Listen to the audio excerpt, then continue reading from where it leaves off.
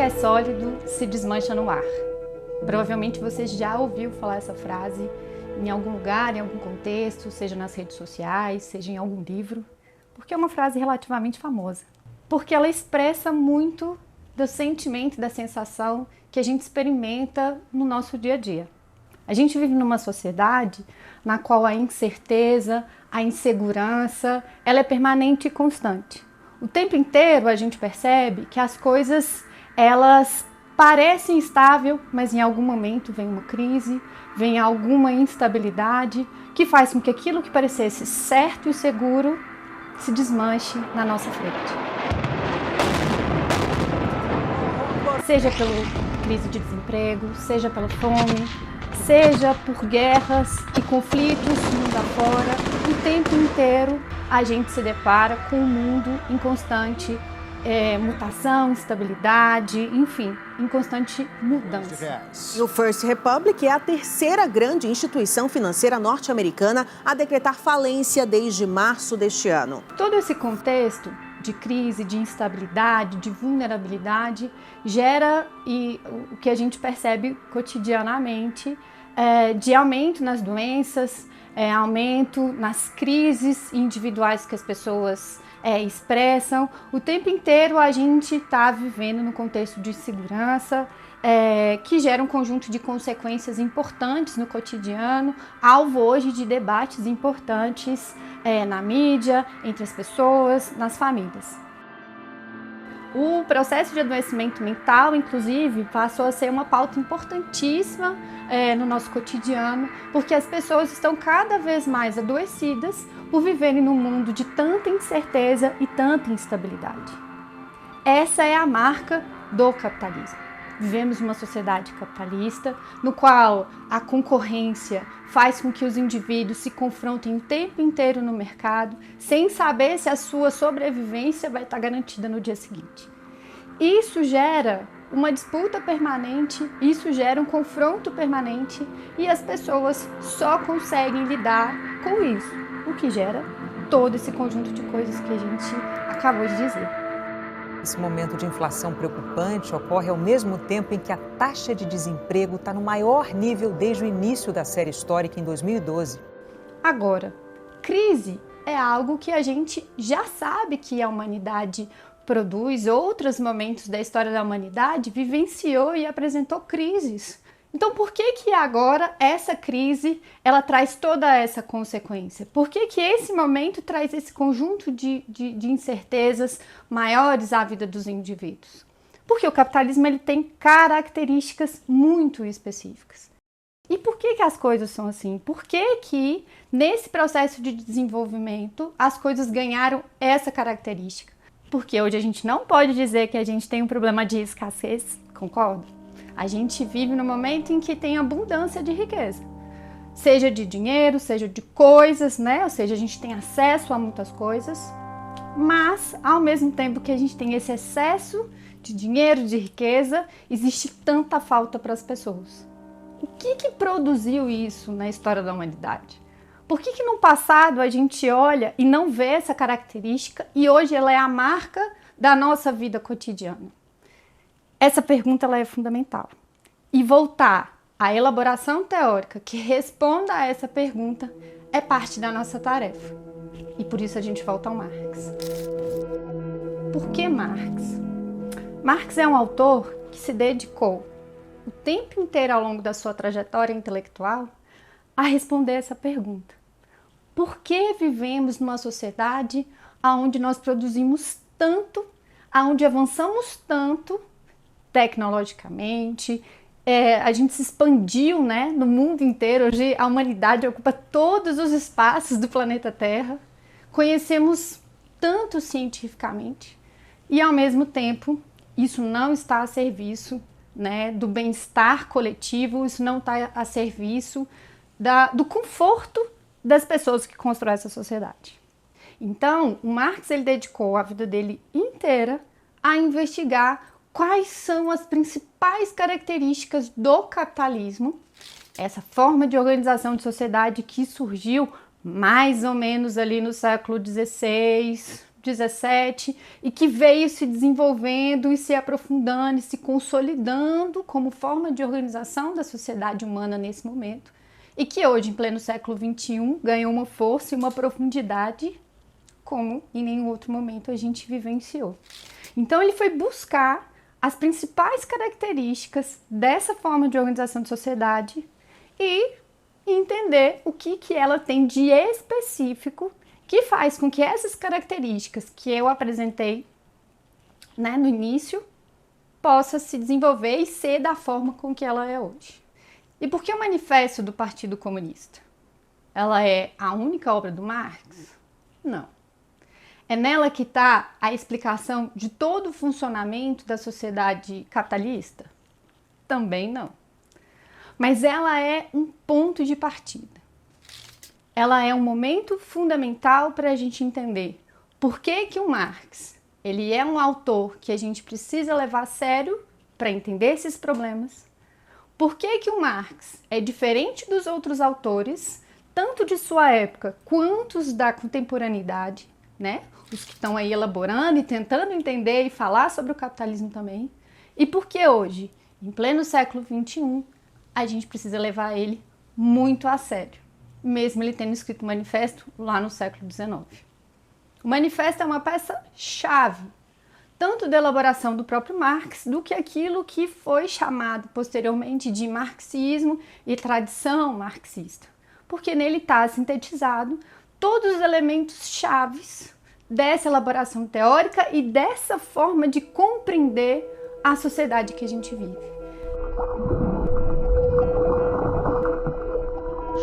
Todas as relações fixadas e enferrujadas, com sua série de antigos e veneráveis preconceitos e opiniões, são varridas e todas as novas formações se tornam antiquadas antes que possam se solidificar. Tudo que é sólido se desmancha no ar. Tudo que é sagrado é profanado e o homem é obrigado, por fim, a encarar com serenidade suas condições reais de vida e suas relações com seus semelhantes.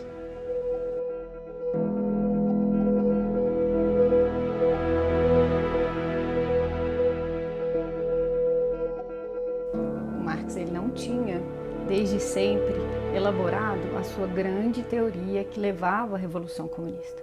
Ao se deparar com os problemas da vida cotidiana das pessoas, começou a entender que aquilo que ele tinha entendido e que aquilo que ele tinha aprendido como teorias da filosofia, do direito, não davam conta de responder aos problemas que ele vivenciava, que ele se deparava no seu cotidiano, e, ao mesmo tempo, mais importante ainda, não apresentava uma solução.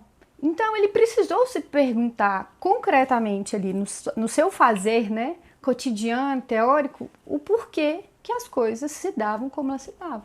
Se as teorias que ele entendia como boas teorias, as teorias sobre o Estado, sobre democracia, enfim, não davam conta de responder aos problemas da vida cotidiana e à sobrevivência das pessoas, então ele precisava entender como que a coisa funcionava. Então ele foi estudar e foi entender como que se davam essas relações, foi colocar em revista aquilo que ele mesmo entendia como sendo a resposta para os problemas. E ao colocar tudo isso em questão, ao revisar e ao começar a entender, ele viu que a sociedade capitalista ela tinha uma característica fundamental, que era a exploração dos trabalhadores.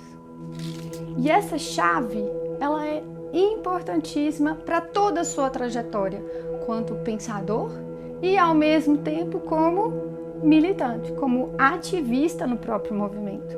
Porque além dele ser, né, um autor que elaborou, que escreveu, que pensou e que tentou responder às questões, ele também se associou, se aproximou do movimento de trabalhadores, entendendo que ele estava parte da solução daqueles problemas que ele vivenciava e parte da resposta de solução e superação desses próprios problemas.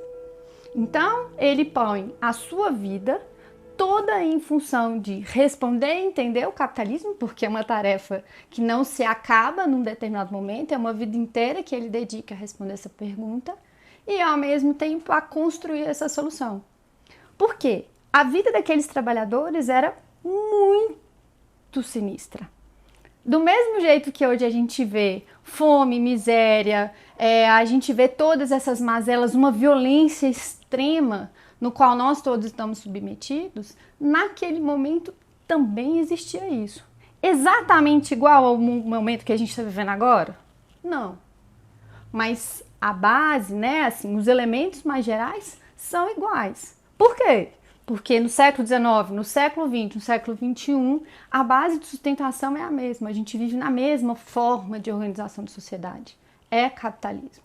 E para ser capitalismo tem que ter exploração, para ser capitalismo tem que ter opressão, para ser capitalismo tem que ter, né, todo um mecanismo de funcionamento que gera condições sinistras para uma parte das pessoas, ou seja, condições de miséria e mazela profundos para um conjunto grande das pessoas. Então, por mais que a gente entenda que o mundo se desenvolveu, que a gente desenvolveu tecnologia, que isso trouxe novas ferramentas, novas formas de se relacionar, o fio de continuidade é o mesmo. A gente ainda está na mesma forma de organização de sociedade. Então, ele vendo as mazelas, ele vendo os problemas da vida daqueles trabalhadores, ele foi investigando, ele foi tentando entender, foi se associando aos trabalhadores e foi elaborando a sua teoria.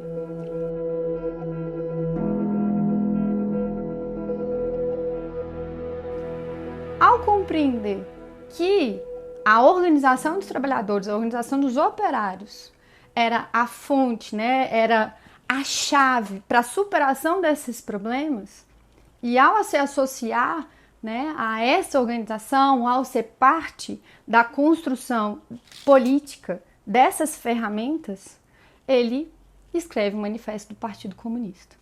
E por que Manifesto do Partido Comunista? Eu imagino que várias pessoas já tenham visto o Manifesto Comunista por aí e a palavra partido sumiu e desapareceu, né? Bom, isso é assunto para daqui a pouco. Mas é importante entender que sim, ele estava construindo uma ferramenta organizativa, uma ferramenta partidária.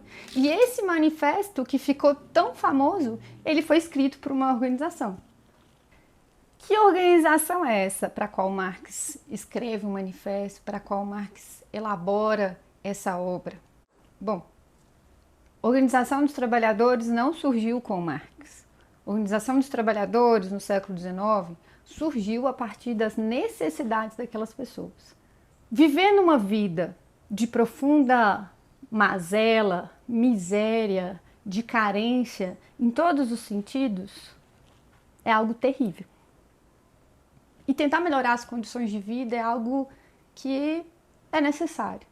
A gente se movimenta, a gente faz coisa por necessidade. Todo mundo é ser humano, sabe como que as necessidades elas têm, né, um peso importante. E as necessidades mais básicas, então, vão ter uma importância ainda maior. Comer, beber, dormir, se vestir, conseguir, né, dar um conforto para a família, são coisas que são fundamentais para qualquer indivíduo humano. Mas quando a gente olha para o século XIX, a gente vê que as condições de vida dos trabalhadores eram a pura carência, a pura falta dessas coisas todas. A alimentação básica daquelas pessoas era 3 batatas num dia para a família. O salário que elas recebiam não dava para sobreviver.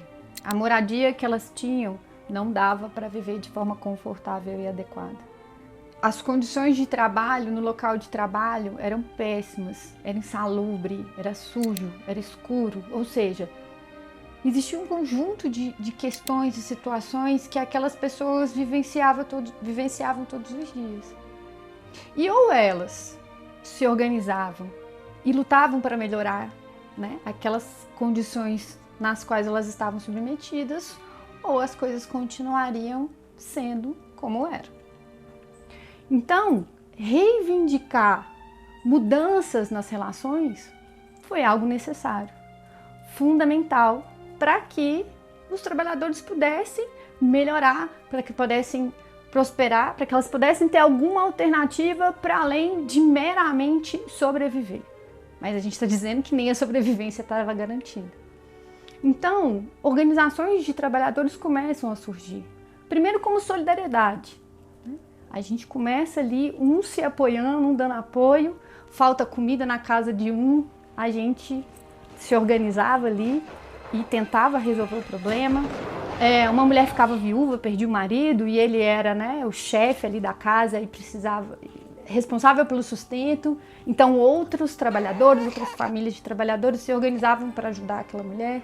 E assim começa a surgir. As primeiras organizações de trabalhadores, elas surgem de forma mais contundente na Inglaterra. Digo mais contundente porque sempre vai ter agrupamento de pessoas tentando se ajudar e tentando se organizar para garantir a sobrevivência e melhorar ali, né, as reivindicações, as condições de existência.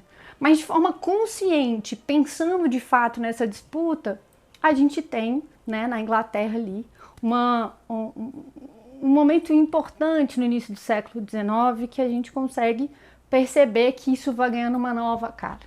Não por acaso ali será, né, o berço dos sindicatos. Sendo assim, desde que surgiu, né, as primeiras fábricas, desde que surgiu esses primeiros locais de trabalho, desde que surgiu operário, se começou a ter organização para a melhoria dessas condições de vida, para a melhoria das condições de trabalho. Então o movimento dos trabalhadores, ele já existia quando Marx se fez essa pergunta, como funciona o capitalismo? E já tinha uma trajetória, já tinham avanços, né? O sindicato era algo que já tinha começado a se gestar entre os trabalhadores. E o que o Marx fez? Como eu disse, ele foi se aproximar desses trabalhadores, dessas organizações. Então existia organização de trabalhadores na Inglaterra, existia organização de trabalhadores na França, existia organização dos trabalhadores em vários países da Europa. Mas o fato é que esse movimento era forte, era rico, era intenso e foi a ele que o Marx se aproximou e se associou ao entender que ali estava a chave da superação das contradições mazelas que a organização da sociedade impunha a essas pessoas. Lá em 1847, o Marx se aproxima da Liga dos Comunistas. Existia todo um processo de organização interna da Liga, vários debates, mas fato é que, ao final, né, de todo um conjunto de discussões, o que deve ser feito, o que não deve, como deve se organizar, como não deve, se tirou a tarefa de escrever um programa, ou seja, a síntese das ideias e da política que essa organização iria apresentar pro resto, né, da sociedade, de o que era preciso ser feito para melhorar e para superar todas essas situações e todas essas contradições que as pessoas estavam vivenciando naquele momento. Então Marx ele fica com a tarefa dentro da organização de escrever esse texto. Nós hoje temos acesso a ele, é o manifesto do Partido Comunista. Por isso um manifesto, né? O manifesto é um texto que ele tem como proposta apresentar um grande projeto político para as pessoas. Ou seja, aqui está como eu enxergo o mundo, aqui está como eu acho que as pessoas precisam se organizar e aqui está o motivo pelo qual a minha organização é melhor do que as outras. Ou seja, existiam outros manifestos naquele momento? Sim, existiam outras organizações com outras propostas e outros manifestos circulavam. Marx também não foi o criador da ideia de comunismo. Comunismo já era uma ideia que existia entre as pessoas, entre os trabalhadores. O que o Marx fez foi dar um conteúdo diferente para essa concepção a partir da pergunta: como funciona o capitalismo na sua base, o que faz o capitalismo ser capitalismo diferente de outras formas de organização de sociedade, e como a partir dessas características próprias do capitalismo a gente pode superar ele. E por que esse elemento é muito importante? Imaginem que a gente precisa derrubar uma casa. A gente vai procurar nessa casa, na estrutura dessa casa, quais são os pontos que vão facilitar para que eu derrube a casa. Sem isso, vai ficar muito mais difícil a minha tarefa de derrubar a casa, certo? Então, quando eu digo que o Marx ele precisava entender como funciona o capitalismo e o que faz o capitalismo ser capitalismo, não é só porque ele estava ali com uma pergunta filosófica importante. É uma pergunta filosófica importante. Mas é também porque a partir dessa pergunta, ou melhor, da resposta dessa pergunta, a gente encontraria a resposta de como destruir o capitalismo. E por que destruir o capitalismo? Bom, se eu tenho uma coisa que constrói situações ruins, eu preciso mudar ela. Mas fato é que o manifesto, então, foi publicado e foi disseminado entre os trabalhadores. Sim, os trabalhadores tiveram acesso a esse texto. E, detalhe, pouco tempo depois da publicação do manifesto, uma revolução estourou dentro da Europa, varreu vários países. E vários daquelas pessoas que faziam parte da Liga dos Comunistas foram intervir, foram se organizar, foram lutar nessa revolução, assim, com disputas na rua, barricada, guerra, enfim. E o próprio Marx se envolveu nesse processo revolucionário. Então, concretamente, o Marx conseguiu colocar na prática as ideias que ele tinha apresentado no Manifesto do Partido Comunista. E sim, dentro do processo revolucionário, da organização dos trabalhadores que se seguiu à publicação do manifesto, as ideias e a forma de compreender o capitalismo que o Marx estava apresentando mostrou extremamente válida, o que ganhou ainda mais força aquilo que ele tinha apresentado no Manifesto do Partido Comunista. Muita gente fala que o Manifesto do Partido Comunista apresentou o socialismo científico, né? E esse é o grande diferencial do manifesto para outras elaborações. E esse é a grande contribuição do Marx, né? A grande revolução teórica que ele faz. Sim, o Manifesto do Partido Comunista ele vai ter características muito importantes que vão ser sintetizadas nessa ideia de socialismo científico, e é isso que a gente precisa entender agora. Muitos já devem ter ouvido falar, e a gente volta aqui a essa ideia, no tal do socialismo francês, né? Como eu disse, Marx não criou o conceito de socialismo, não criou a ideia de comunismo, já existia. Porque em algum momento, nesse processo de luta, nesse processo de reivindicação, os trabalhadores, de conjunto, começaram a perceber que não adiantava só uma conquista, não adiantava só reduzir o horário de trabalho, né? A sua jornada de trabalho. Era necessário outras reivindicações para que as condições de existência daquelas pessoas, de fato, melhorassem.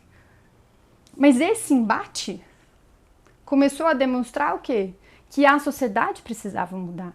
E daí surge a ideia de socialismo, e daí surge a necessidade da gente reformar as relações nas quais as pessoas estavam vivendo. Então a ideia de reforma da sociedade era algo que já estava colocado no interior dos debates políticos do século XIX como um todo. E é fácil pensar nisso. Imagine um período da história de 100 anos, 150 anos, varrido por revoluções, por lutas de independência, no qual um conjunto de pessoas estavam ali tentando construir uma nova sociedade, e cai governo, cai monarquia, constrói república, de repente volta a ser monarquia de novo, né? Ou seja, é uma efervescência e disputa de que mundo é esse, que sociedade é essa que a gente quer, do qual Marx é parte. Só que o Marx ele não queria só reformar. Qual que é o problema de reformar? Reformar é tipo, sei lá, pintar a casa. Eu já dei o exemplo da casa, de derrubar, agora a gente pensa na ideia de reformar a casa. Quando a gente reforma a nossa casa, ela fica lá bonitinha. Mas a gente pinta uma parede, a gente troca uma lâmpada, a gente troca um sofá, né?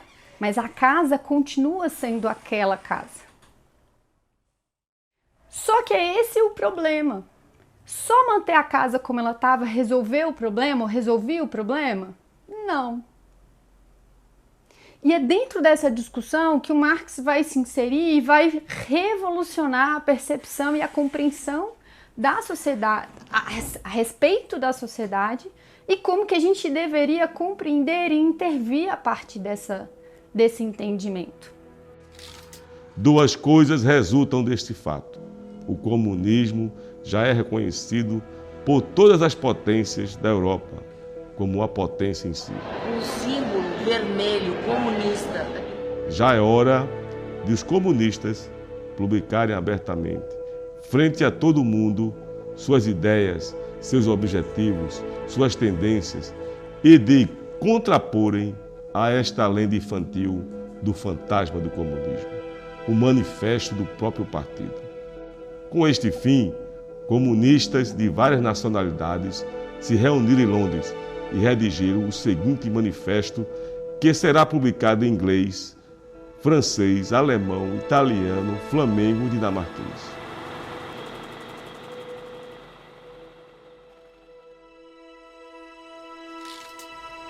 A Liga dos Comunistas ela era uma organização diferente de outras que existiam naquele momento. Porque a Liga dos Comunistas ela organizava os trabalhadores, organizava os operários. Então ela tinha uma relação, era um partido, uma organização diretamente forjada por operários. Mas não só para reivindicar redução da jornada de trabalho, não só para poder melhorar, talvez, a limpeza do local de trabalho.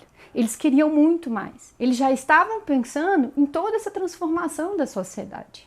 Então pensem, eu tenho, por um lado, a compreensão de que é necessário mudar a sociedade junto com operários que se organizam para fazer isso. Então eu tenho uma junção importante que gesta ali um movimento feito pela Liga dos Comunistas.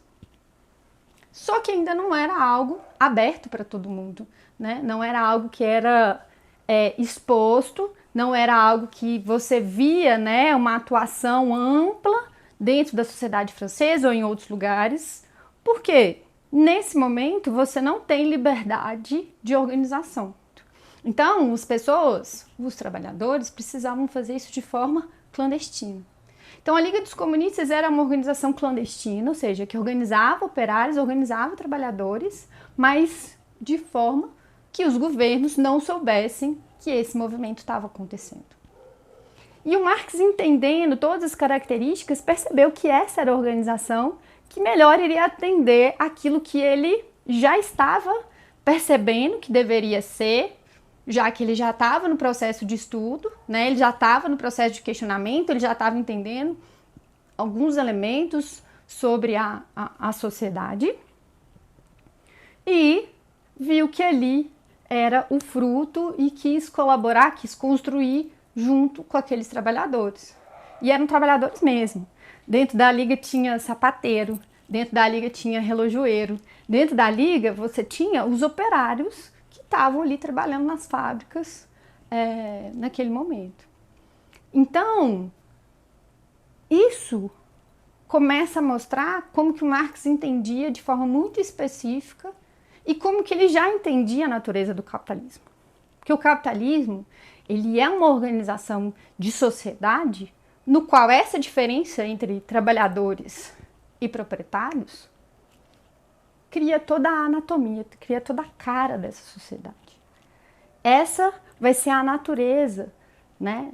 Essa relação vai ser a base que fundamenta todas essas contradições que a gente vivencia de forma tão intensa no nosso cotidiano.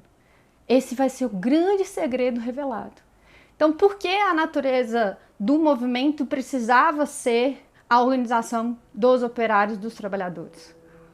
porque diz respeito diretamente a essa relação. A história de todas as sociedades até hoje existentes é a história da luta de classes. Homem livre, escravo, patrício e plebeu, senhor e servo, mestre de corporação e jornaleiro, numa palavra opressor e oprimido, estiveram em constante oposição um contra o outro. Realizavam a luta ininterrupta, ora escondida, ora aberta, uma luta que sempre terminou ou numa reconstrução revolucionária da sociedade inteira ou na ruína de ambas as classes em luta.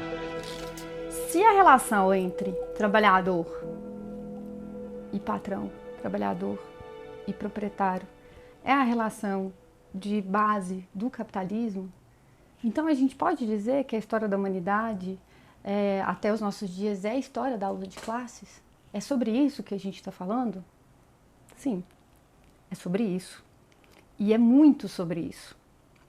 E por que essa é uma coisa importante? Significa que a humanidade ela veio percorrendo um caminho, uma rota que necessariamente trouxe a gente ao capitalismo e trouxe a gente a essas relações? Quer dizer que desde sempre existiram relações e existia uma propensão do ser humano a explorar o outro? Isso é parte da natureza humana? Não. Isso não é parte da natureza humana. Nós nos organizamos para garantir a nossa sobrevivência desde sempre. Fato. É uma característica. Isso sim. Precisamos nos organizar coletivamente para garantir a nossa sobrevivência. Mas a forma com que a gente faz isso mudou ao longo do tempo. E mudou de várias formas, por vários motivos. E uma dessas formas que nós criamos para nos organizar e garantir a nossa sobrevivência é o que nós chamamos hoje de capitalismo. Mas é claro que houve um conjunto de situações, de fatos na história que fez com que nós chegássemos até aqui.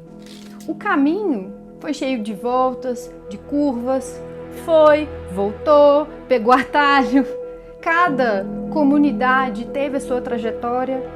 Somos seres humanos que ocupamos o planeta e cada parte desse planeta tem uma história válida e importante que trouxe a gente a esse momento, ao século XXI, fazendo o que nós fazemos cotidianamente.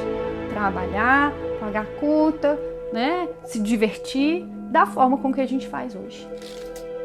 As classes sociais, elas começam a surgir antes do capitalismo. Então, sim, outras formas de organização das sociedades humanas tiveram suas próprias classes sociais, que se conformaram a partir de um conjunto de relações, lutas, disputas, que fez com que a coisa se conformasse dessa maneira. E essa ideia, essa organização que fez com que as pessoas se organizassem em classes, diz respeito diretamente à propriedade privada. Sempre existiu propriedade privada? Não. Em um determinado momento da história, se entendeu que se apropriar de uma parte era importante. Mas todo mundo pode se apropriar de uma parte? Não, não foi assim que se deu. Alguns se apropriaram e para que alguns se apropriem, outros têm que ser expropriados. Então, quando a gente fala de construção de classes sociais, ou da existência de classes sociais, ou de conformação das classes sociais, a gente tem que falar necessariamente de violência. Por quê? Para que um grupo se aproprie, para que um grupo tenha a propriedade privada, o outro tem que ser expropriado daquela que é a propriedade, seja a terra, seja os meios para produzir as coisas. Porque vejam, quando a gente fala de necessidade, quando a gente fala de garantir a existência, a gente está pensando num grupo de coisas, num conjunto de situações, relações que fazem com que as pessoas possam existir, possam sobreviver, possam reproduzir a sua vida. Terra é uma coisa importante, a gente planta na terra, o que a gente vai comer, isso é fundamental. Agora, se eu não tenho acesso à terra e outra pessoa tem, eu preciso fazer o quê? Eu preciso acessar essa terra por meio de alguma coisa, porque senão eu não como. Ou eu vou comprar daquela pessoa que está produzindo na terra o alimento, ou eu vou comprar daquela pessoa um pedacinho da terra, eu vou arrendar um pedacinho da terra. Enfim, quando um conjunto de pessoas se apropria desses meios de existência como propriedade privada, faz com que o restante das pessoas que antes da existência da propriedade privada tinham acesso e poderiam compartilhar esses meios de sobrevivência, tivessem que fazer alguma coisa para conseguir sobreviver. E isso foi fazendo com que as classes sociais, ou seja, grupos de indivíduos que têm uma determinada posição, estabelecem uma determinada relação, se movimentassem para garantir a sua sobrevivência. No capitalismo, a gente tem o quê?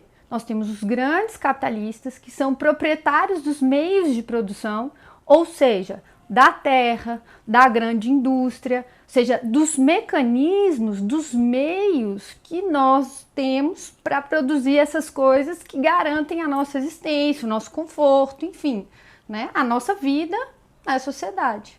E outros que precisam fazer o quê? Precisam trabalhar para que possam ter acesso a esses meios que não lhe pertencem. Porque faz muita diferença se eu sou proprietário de um grande latifúndio no Brasil de produção de soja ou se eu trabalho na produção da soja? Claro que faz diferença. A forma com que eu vou ver o mundo, a forma com que eu vou consumir, o que eu posso consumir, o que eu posso ter acesso vai ser mediado, vai ter relação com esse lugar, com essa relação que eu ocupo nessa base da sobrevivência. Pai de 7 filhos, morando na terra, vim para a cooperativa, agricultor da terra, vim comprar um quilo de farinha para almoçar. Isso é um horror, isso é uma vergonha para minha cara. Isso é uma vergonha, isso é um horror. Agora todos os componentes, esse mundo de terra, vão comprar um quilo de farinha. Então, quando a gente fala de propriedade privada, necessariamente a gente está falando de expropriação, necessariamente a gente está falando de violência. Então o capitalismo ele surgiu como uma forma de organização social, fruto de outras formas, sim, existiam outras formas de organização da sociedade, que a gente não vai entrar na história delas, e o Marx não ficou aprofundando na história também do passado. Interessou a ele olhar para o passado, para quê? Para entender o que especificava o capitalismo, o que era próprio do capitalismo, o que era diferente do capitalismo, para ele entender as principais características dessa forma de organização da sociedade. Então, sim, o capitalismo é fruto de outros momentos, de outras formas, de outras relações, certo? Mas ele surge como uma grande violência. E é fácil para a gente compreender essa violência. A gente faz parte de um país que foi colonizado. O processo de colonização no Brasil, por exemplo, ele foi um processo extremamente brutal. Extermínio dos povos originários, né? A utilização de uma mão de obra que foi escravizada, ou seja, indivíduos que foram retirados de sua terra, transformados em mercadoria e vendidos, máxima violência contra esses indivíduos. Para quê? Para que um grupo muito específico de pessoas pudessem se enriquecer e pudessem colonizar essa terra. Como que surge a propriedade privada no Brasil, então? A partir disso, do roubo, do saque, do assassinato. É assim que surge a propriedade privada no Brasil. É assim nos outros lugares no mundo? É assim nos outros lugares no mundo. Então, a origem do capitalismo é a pura e completa violência. E essa violência, ela foi legitimada, né, por um conjunto de teorias, enfim, que diz que o capitalismo é eterno, que o mercado faz parte da natureza humana, que nós precisamos da concorrência para se desenvolver, que nós nos disputamos, certo? Que legitimava o que, no fim das contas? Essa violência. E essa violência, ela existe para quê? Para expropriar um conjunto de pessoas, para que um grupo reduzido fosse proprietário desses meios de produção, proprietário da terra, proprietário da indústria, proprietário dos meios de construção daquilo que a gente precisa para produzir, para sobreviver, enfim, para garantir a nossa existência. O que sobra para os os expropriados? Nada. Correr atrás da sua sobrevivência, lutar, né, para conseguir sobreviver vendendo aquilo que eles têm, a sua capacidade de trabalhar. Mas qual que é a consequência dessa relação da expropriação com toda essa riqueza? Vejam, se eu tenho uma propriedade privada e ela pertence a um grupo muito pequeno de pessoas, e do outro lado eu tenho quem produz, significa que a riqueza ela é produzida de forma coletiva por esse conjunto, essa massa de pessoas que foi expropriada violentamente, e ela é apropriada, ou seja, ela fica com um conjunto muito pequeno de pessoas. Isso parece um roubo, não parece? Mas é o que acontece todos os dias. Um conjunto gigante de pessoas produz toda a riqueza que a gente tem. E se a gente parar para pensar, tudo que está ao nosso redor agora foi produzido por trabalhadores. A gente pode pensar agora o carro, a gente pode pensar o computador, a gente pode pensar o telefone, a gente pode pensar até mesmo a câmera que está sendo gravado esse vídeo que vocês estão assistindo. Tudo foi produzido por alguém ou um grupo de pessoas que nós chamamos de trabalhadores. Mas quem ficou com a riqueza de tudo isso que foi produzido? Desses livros que estão aqui nessas estantes? Ficou com quem é o proprietário dos meios que produziu isso. A fábrica que produziu a câmera pertence aos trabalhadores? Não. Pertence a um grupo pequeno de proprietários, né? Que são os burgueses, que são os capitalistas. Ou seja, tudo ao nosso redor é produzido por todo mundo, mas fica com a riqueza um grupo pequenininho de pessoas, ou seja, os proprietários. É por isso que a gente vê hoje estatísticas, né, de que 1% das pessoas na sociedade hoje ficam com 90% da riqueza, com 90% do lucro do que é produzido. Vocês já devem ter visto essas estatísticas. Elas expressam exatamente isso.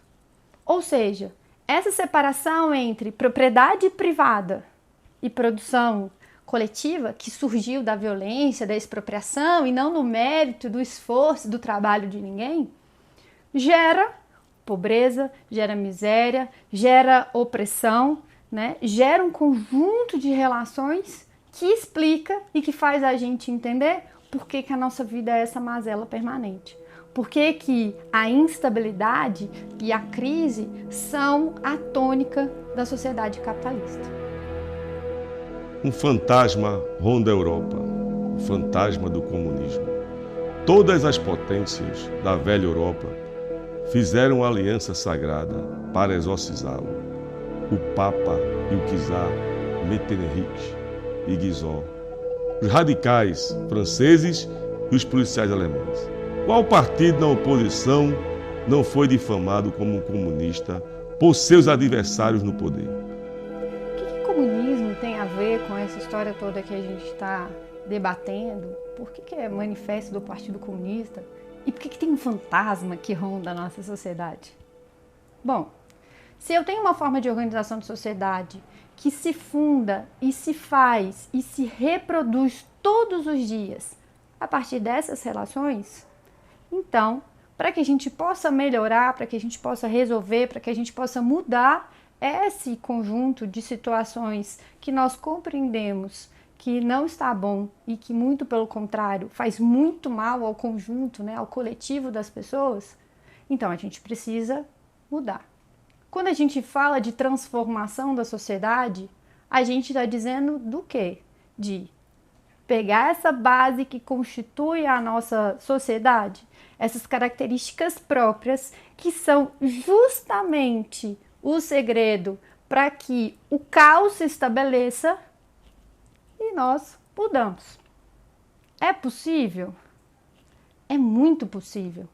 É tão possível que a gente, ao longo do tempo, ao longo da história, fez isso várias vezes. Afinal de contas, quem constrói a sociedade que a gente vive? A gente está falando aqui o tempo inteiro de sociedades humanas, relações humanas. E por quê? Porque quem faz a história são os próprios homens. Nada mais importante do que entender isso. Da forma com que eles conseguem fazer e a partir da forma com que eles entendem o que é preciso fazer. Então nós chegamos aqui a partir de conflito, a partir de briga, a partir de disputa, a partir de consensos e diálogo, enfim. Várias coisas aconteceram na história da humanidade para que a gente pudesse construir as coisas como elas são. E nós fizemos isso. E se nós fizemos isso, ou seja, se foram os próprios homens que construíram essa sociedade, são os próprios homens que podem reconstruir essas mesmas relações, certo? Todo mundo compreende que é necessário refundar essas relações, ou seja, construir novas relações? Não. Alguns grupos e algumas organizações entendem que basta a gente fazer uma espécie de cabo de guerra. Vamos exigir mais, que a gente vai ter mais e a vida vai ficar um pouco melhor. Então a gente precisa de uma redistribuição da riqueza, a gente precisa garantir mais direitos. E faz parte. Está dentro da lógica e do jogo que o capitalismo apresenta para a gente. Mas isso resolve o problema de fundo? Essa ideia ela existe desde lá do século XIX. Quando Marx ele escreve o Manifesto do Partido Comunista, ele está se enfrentando com grupos que foram chamados posteriormente de socialistas utópicos. Não só posteriormente, Marx ele dá esse nome também, mas todos eles foram chamados assim, fazendo um contraponto ao que o Marx estava fazendo no Manifesto do Partido Comunista. E uma parte deles entendia que era assim que a gente deveria fazer, a gente deveria reformar a sociedade. Que algumas coisas são até positivas, são até boas, né? Mas que para resolver o problema dessa situação dos trabalhadores, da pobreza, da miséria, das crises, a gente precisava ir ajustando. Ajusta aqui, ajusta ali, como se fosse possível, né? A parafusar, apertar e ajustar lá a nossa casa. Quem sabe de casa sabe que a fundação é o que garante a casa a ficar em pé. Se eu tenho uma fundação ruim, não adianta reforma nenhuma. E é isso que o Marx ele entendeu. E é isso que está expresso no Manifesto Comunista. E essa diferenciação que o Marx apresenta ali contra aqueles grupos é um aprendizado muito importante para a gente hoje. Se lá no século XIX existiram grupos que entendiam que reformar a sociedade era importante, essa ideia que surgiu dentro da própria relação do capitalismo, ou seja, não é uma concepção mágica que surgiu do além, surgiu dessas disputas, dessas lutas, desses embates que eu disse que o século XIX forjou e dessa efervescência toda, seguiram no século XX e chegam até hoje nos nossos dias.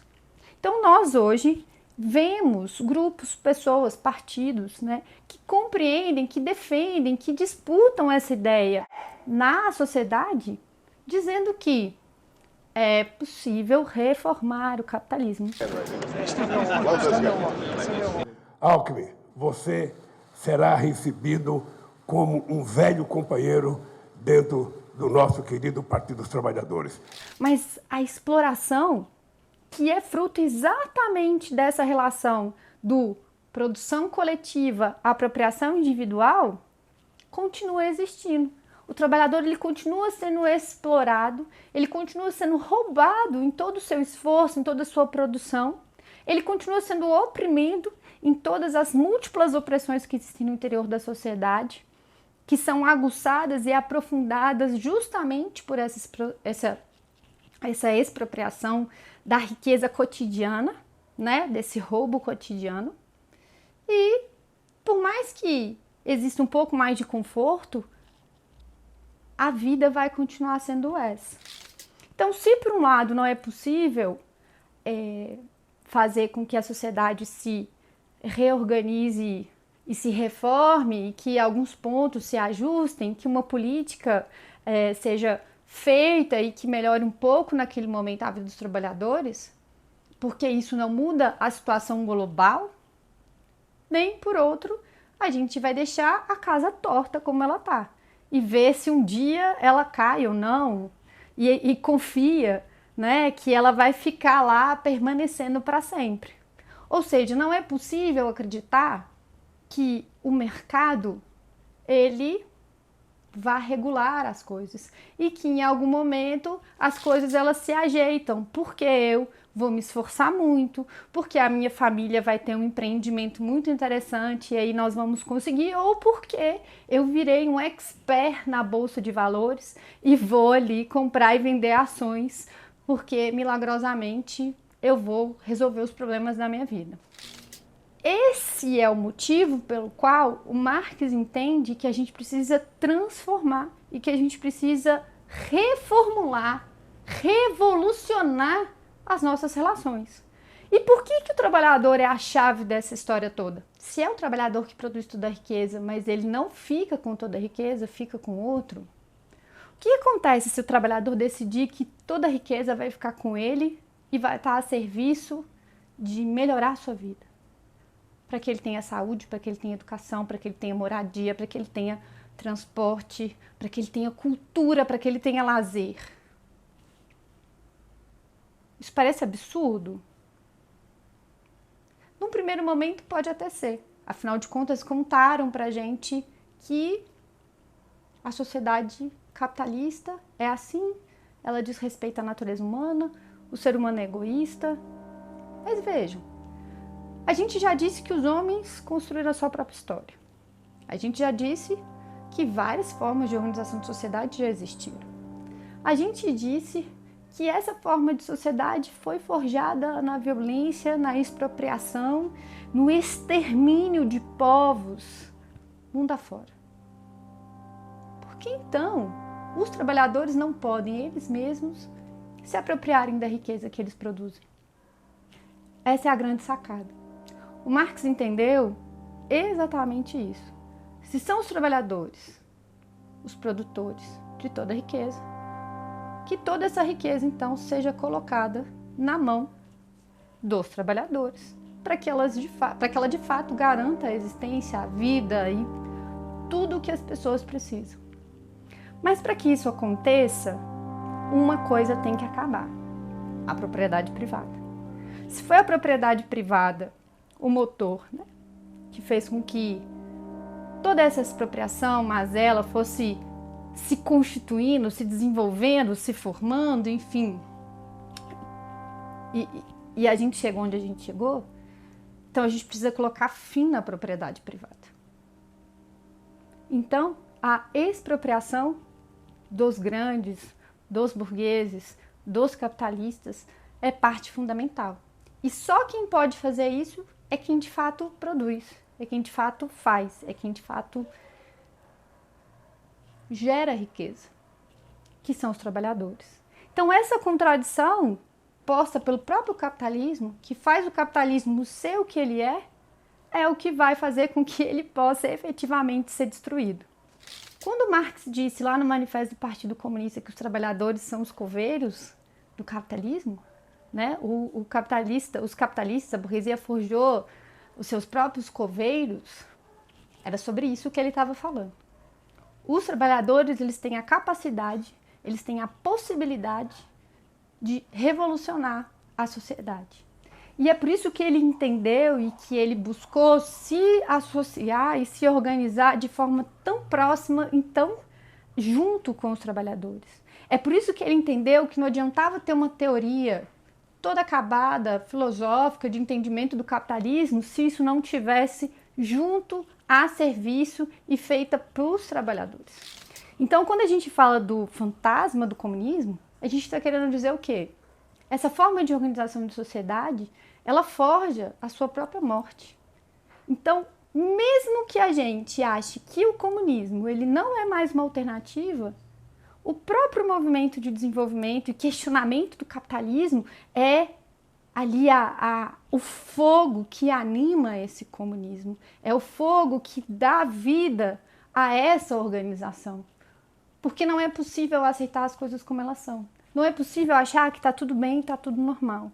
Então, se eu acho que não está tudo bem, está tudo normal, eu só posso questionar todo o processo. Se eu entendo que a exploração e a opressão são algo terrível na vida dos trabalhadores, eu só posso querer botar fim. E para botar fim, eu tenho que colocar minha casa no chão.